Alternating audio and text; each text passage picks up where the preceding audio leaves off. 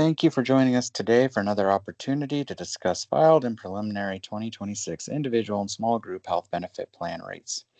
My name is Ethan Baldwin, and I'm a policy analyst with the Oregon Division of Financial Regulation, and I will be emceeing today's hearing.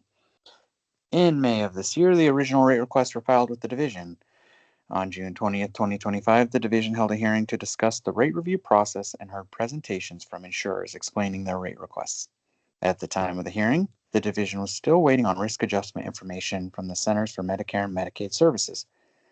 During that wait, the division was able to review one public comment related to Pacific Source and their national model. After the hearing, the division's actuaries continued to review information provided by in the initial rate filings. The division also reviewed the risk adjustment data when released by the Centers for Medicare and Medicaid Services at the end of June. Today, the division will explain the review that occurred over the past few months and share the preliminary rate decisions, which were released on July 17, 2025. Insurers that are present will have an opportunity to respond to the preliminary decisions. We will finish today's meeting with a discussion of next steps. At this time, I'll have division staff introduce themselves, including their role in the rate review process. Hi, Ethan. I'll start. Tasha Sizemore, Life and Health Product Regulation Manager.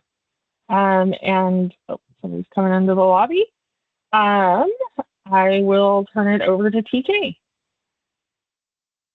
Afternoon, everybody. TK Keene, Interim Insurance Commissioner and DFR Administrator.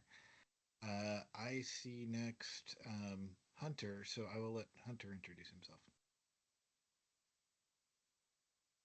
Hi, I'm Hunter McClure, and I am the project manager for rate review this year. And I will pass it off to, I see Jason on. Good afternoon, Jason Horton. I'm the Public Information Officer for the division, and I will pass it back to Tasha because I can't see any names. No worries. Alex, I think I saw you pop on. Good afternoon, everybody. Alex Chang, Deputy Administrator for the Division of Financial Regulation. I see Mary is on the line. Me, Mary? There's so many Marys. Yeah. Hi, everyone. Mary Yeager. Mary Yeager from the Director's Office. I do external relations. And then I'm also attending on behalf of the Governor's Commission on Senior Services, who advocate for seniors across Oregon. Thanks.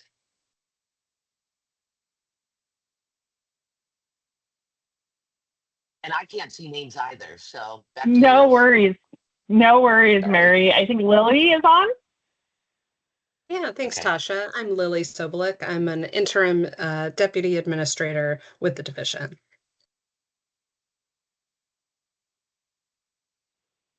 Okay, actuaries, Michael.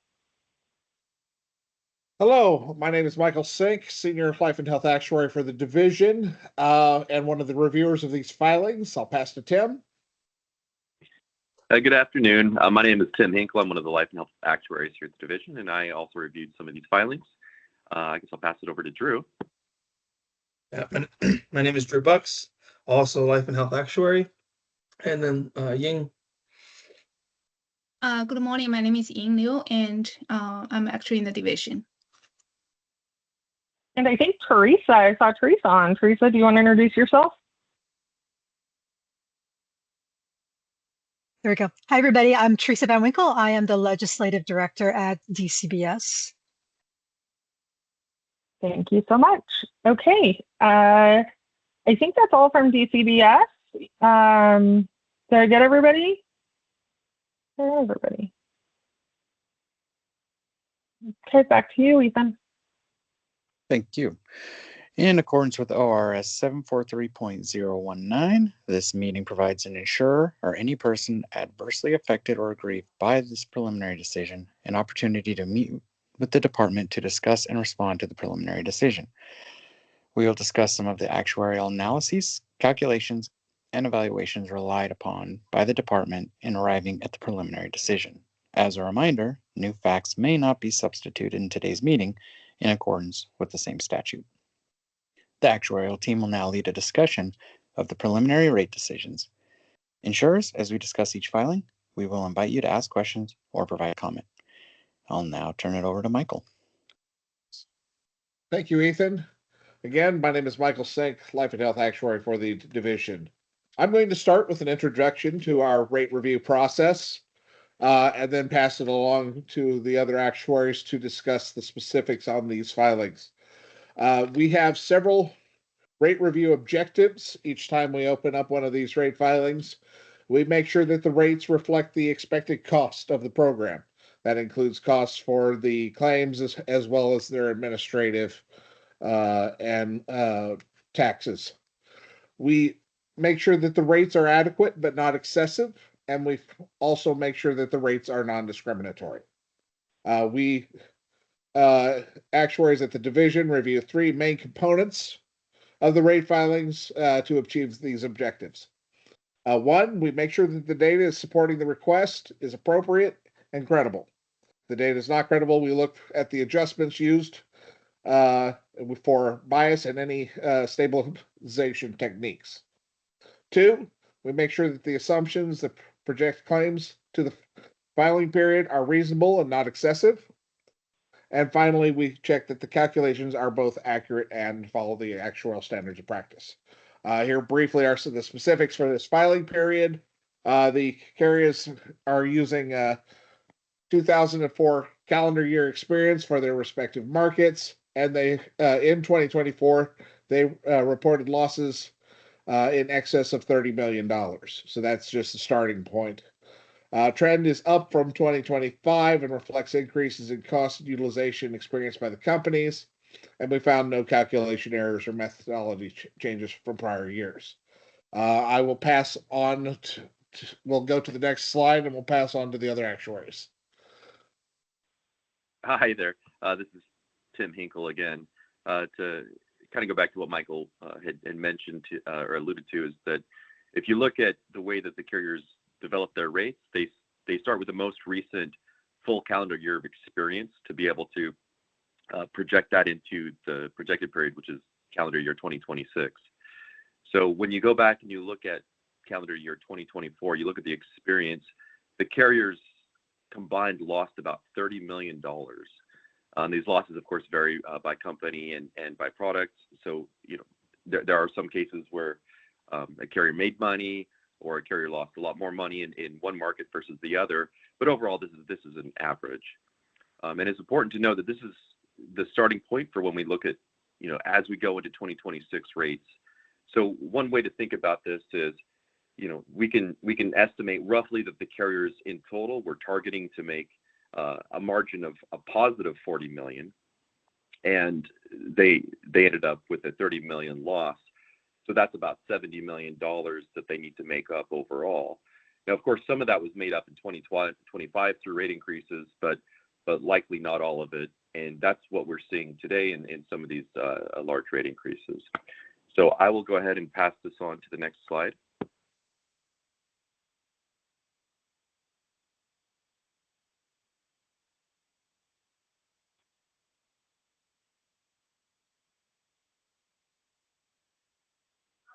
Did we lose audio? There we hello, go. this is Ying Liu, and I'm going to talk about the trend information for the individual complaints. And so the trend measures the projected percentage increase to treat the patients from 1 year to the next, and assuming the benefits are the same, and including two components. One is the unit cost trend, and the other one is the utilization trend. And combine those two is a total trend. And the unit trend, unit cost trend measures the inflationary effects of the medical product and services.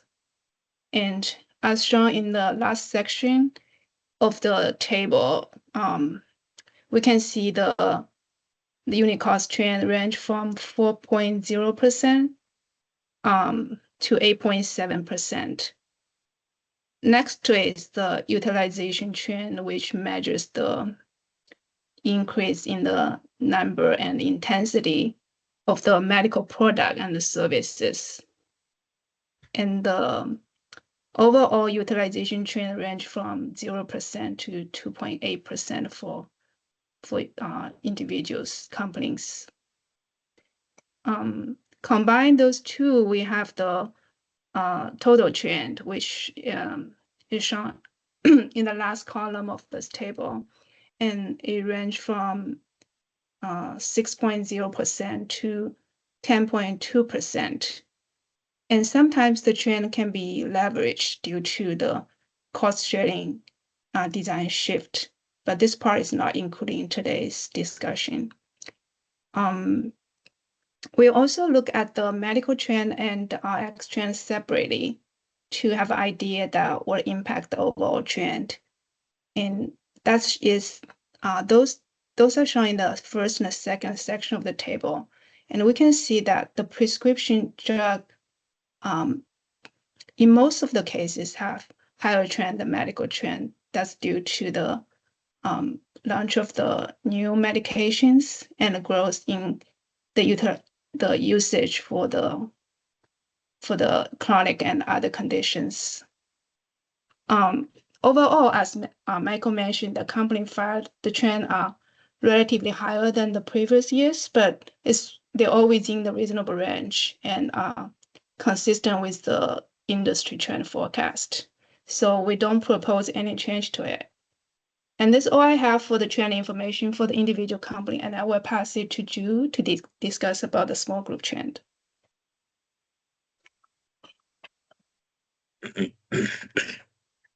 Hello, everyone.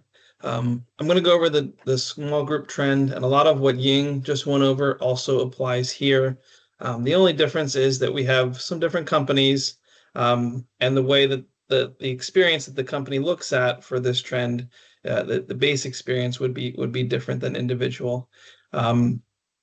Starting from left to right, we have medical, RX, and overall.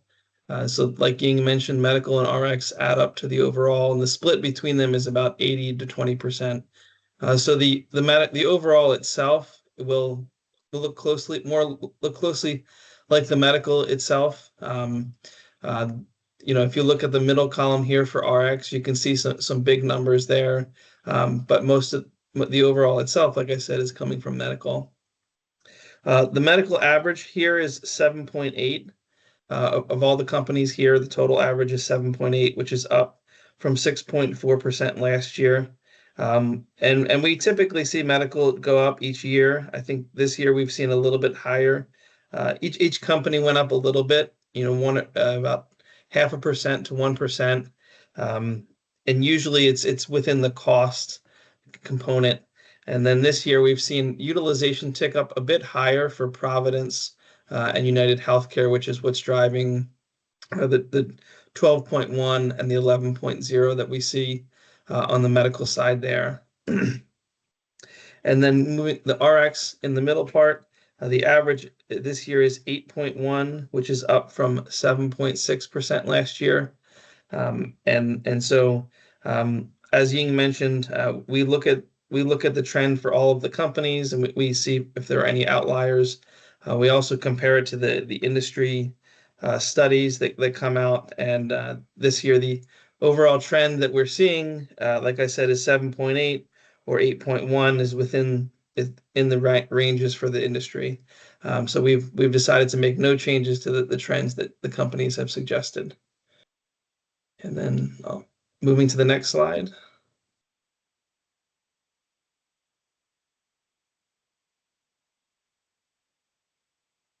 Okay, I will. Go ahead, Michael. Oh, it looks like Tasha, you're first. Sorry. I was going to say, I can start with the legislative stuff first, then I'll turn it over to you. So there are some components related to uncertainty in the rate filings. This is not uncommon to see. For federal, there's components related to federal and state uncertainty that we've heard about from insurers this year. Most of the uncertainty relates to federal uncertainty, although one insurer did point out the potential for state levels of uncertainty. At the state level, starting there, we asked insurers to provide any information they had about legal changes that would result in rate changes. While we had one insurer, Cambia, cite state changes in law potentially generally causing rate changes, no specific bill information or per member monthly cost impact was updated as part of the rate filing.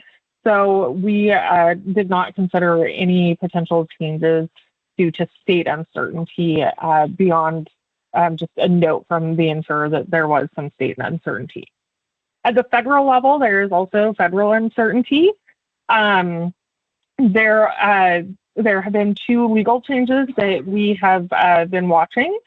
One of them is the Marketplace Program Integrity Rule, which was finalized about a month ago, I think. And it has some impacts around the mix of the population that will be eligible for plans moving on. But when asked about this, insurers did not cite any specific rate impacts. And just a really quick note about tariffs. We had one insurer cite or point to potential tariffs as part of federal uncertainty. That continues to be an area that insurer and the division is watching very carefully.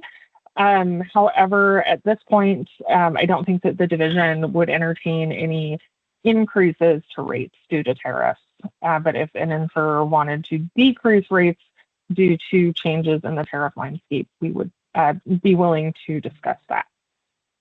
At this point, I do have to say that insurers operating in small group market do have the opportunity for quarterly rate filings to manage changes like changes to legislation or the uncertainty at the state or federal level.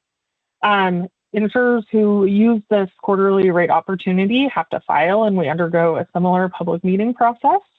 So if an insurer files for that in the small group market, we would have another public meeting about it. And now I will turn it over to Michael. Thank you. Thank you, Tasha. The last two bullet items on the uncertainty slide here, I'll discuss together. We have two things happening in the individual market that are causing some uncertainty. One is the expiration of the enhanced provider or the premium tax credit.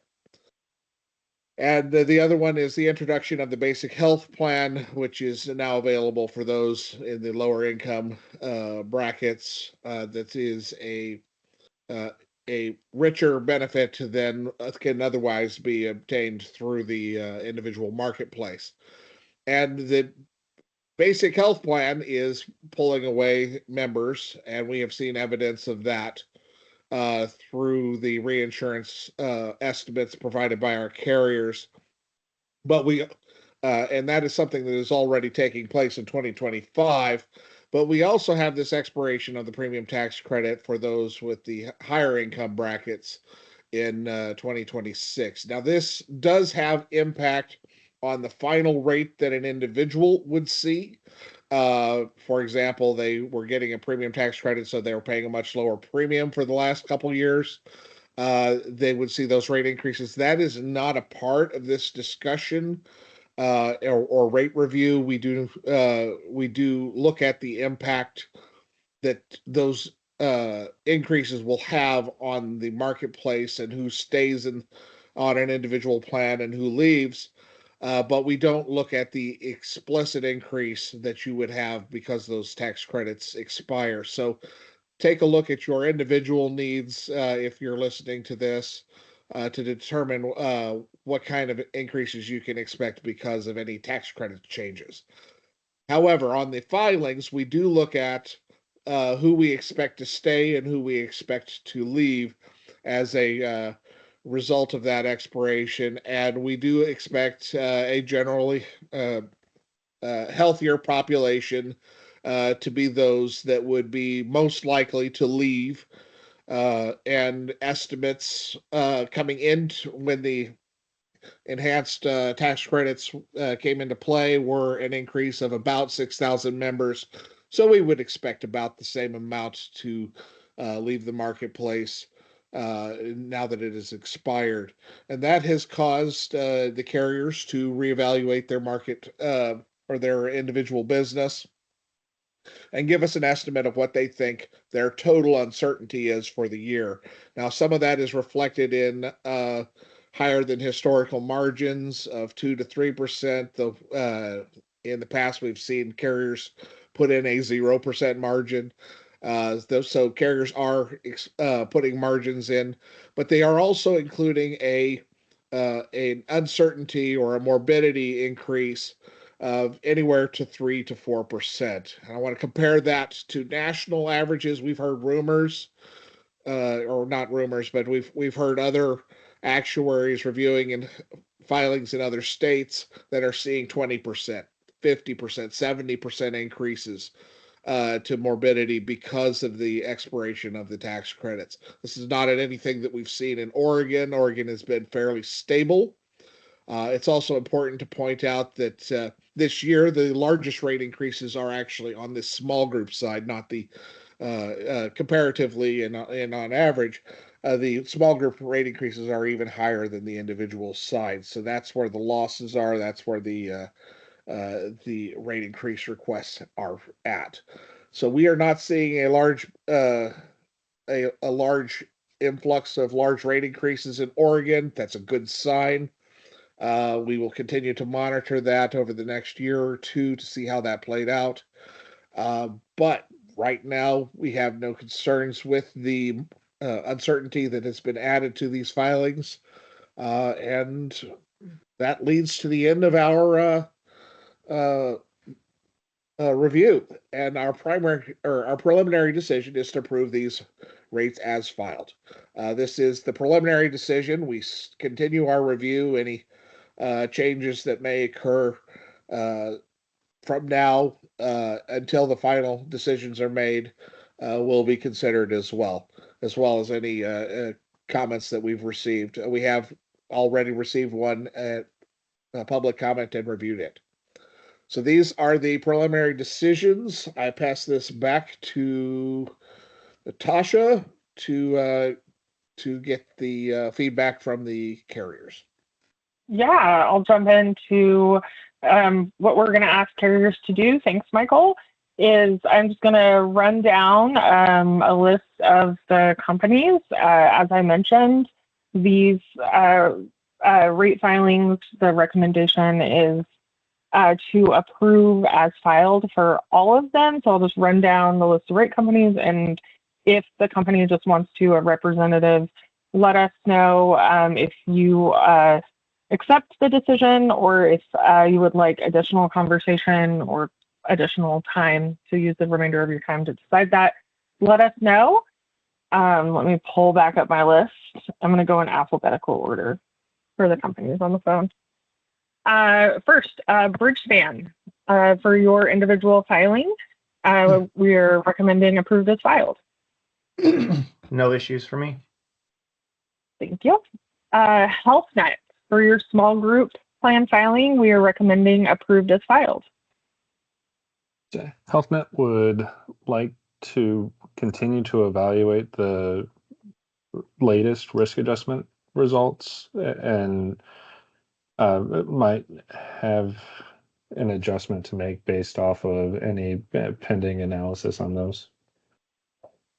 Yes, thank you. And that's actually a good reminder for those folks who are listening in. We didn't really talk about that. One of the things that comes in late during the rate review cycle or later during the rate review cycle is the federal risk adjustment program numbers.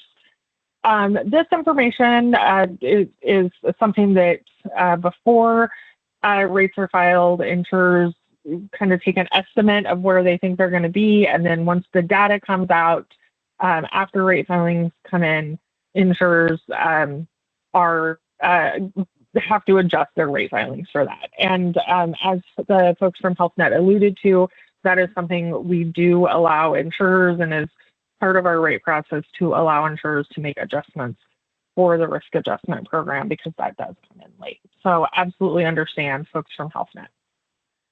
Thank you. Yeah.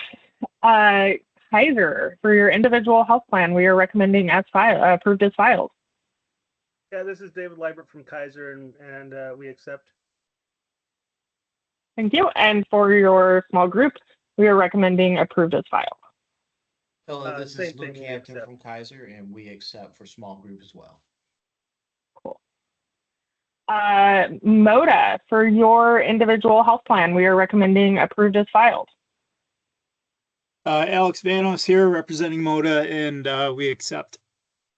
Thank you. And for small group, we are recommending approved as filed. And accepting those as well. Perfect. Thank you.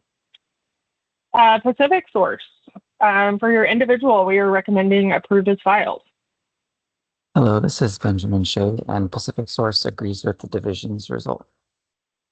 Thank you. And for small group, we are recommending approved as filed.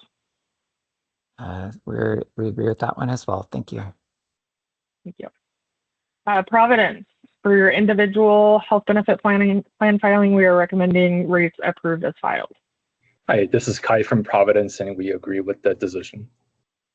Okay. And for small group, we are also recommending approved as filed. We agree with small group decision as well. Thank you. Regents, for your individual health plans through Regents, we are recommending approved as filed. We agree. And for your small group, we are also recommending approved as filed. As explained in our response to last week's risk adjustment objections, Regents is requesting permission to make an update to our small group rate filing to reflect some information that came out of those final risk adjustment results prior to your final decision, please. Yeah, absolutely. Thank you. United Healthcare Incorporated, we are recommending your small group rates approved as filed. Thank you, but same as Regents, we're still working on the final risk adjustment result from CMS. We may need further adjustment based on the risk adjustment result. Thank you. Of course. Yeah, and United Healthcare of Oregon, small group approved as filed. We accept that. Thank you. Okay. Thank you. Okay. With that, I'll have Hunter put up the next step slides. We are getting toward the end of our rate review process for the year. The next thing that will happen is we will review information obtained in response to these preliminary orders, especially from the 3 insurers who cited risk adjustment changes. And proposed orders will be released no later than Wednesday, July 30th. And just as a reminder, any aggrieved party related to this decision, or any aggrieved party who would like a meeting with the director related to this decision can reach out to the division for that meeting. Rate information will be transmitted to CMS for display on healthcare.gov on Wednesday, August 13th. That is a deadline set by CMS. And then final orders will be released no sooner than Monday, August 18th. The plan, and this is to make everything work in alignment to get information posted to healthcare.gov for open enrollment, which begins on November 1st, 2025. Back to you, Ethan. Thank you. After rates are finalized, consumers can still reach out to the division with questions or concerns about insurance coverage in Oregon. Division consumer advocates handle complaints and questions from Oregon consumers who are experiencing difficulties with insurers and insurance products regulated by the division. Advocates use their industry knowledge to analyze and resolve complex issues. The Oregon Health Insurance Marketplace, OHIM, is Oregon's Affordable Care Act marketplace, where consumers have access to health insurance coverage using tax credits established under the ACA. OHIM also provides technical assistance if your marketplace coverage hits a snag and is an excellent benefits resource. I'll hand it back to Tasha. Yeah. So we've included on this last slide, we've included information about the consumer advocacy unit, including how to reach those folks if you have questions or need help. Like we said, they help with all kinds of insurance issues, not just healthcare, health insurance issues. Before I completely wrap up, I do notice that we have a number of folks who have joined us, including Mary from DCBS, but working on behalf of the governor's office. So I would like to do an unprompted opening for questions from those who, or comments from those who are on the call today, who have questions or comments for us.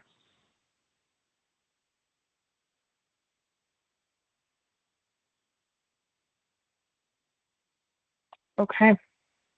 Again, the advocates are here to help, and the Oregon Health Insurance Marketplace is also an excellent resource for health insurance issues as it relates to individual coverage. As we wrap up today's hearing, I'd like to thank our division actuaries, Michael, Ying, Tim, and Drew, our MC and policy support, Ethan, our project manager, Hunter, our health intake analyst, Mary Ellen, and our division support staff, Yasmin, and Megan from the director's office now, I believe is your name. I'd also like to thank actuaries and their support within each of their organizations. This takes a huge lift from insurance companies to provide this information to the division. So thank you, insurers, for all of your support of your actuarial staff. Tasha, there was a question in the chat. Oh, thank you, Jason. Will the eligibility notice look the same for 2006 as it, or 2026 as it did for 2025? I have not seen the eligibility notices that are going out. I do know CMS has indicated that they are looking at the modification and notices that go out to members and doing some additional changes to those in light of the program integrity rule. I haven't seen changes to either of these documents, but if you'd like to reach out and directly to me, I can try to track down some answers to those questions. Because we are getting to where insurers are going to need to send those out and consumers are going to need that information to pick plan designs. So I'll try to track down some information on any changes that they have finalized that they referenced. So thank you for that question. Sorry about that, and thanks, Jason. Any other questions? Okay.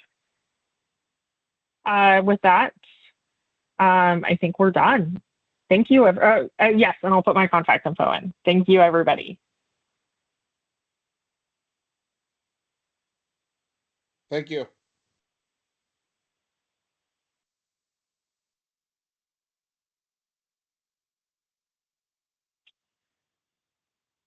You can end the transcription, Hunter.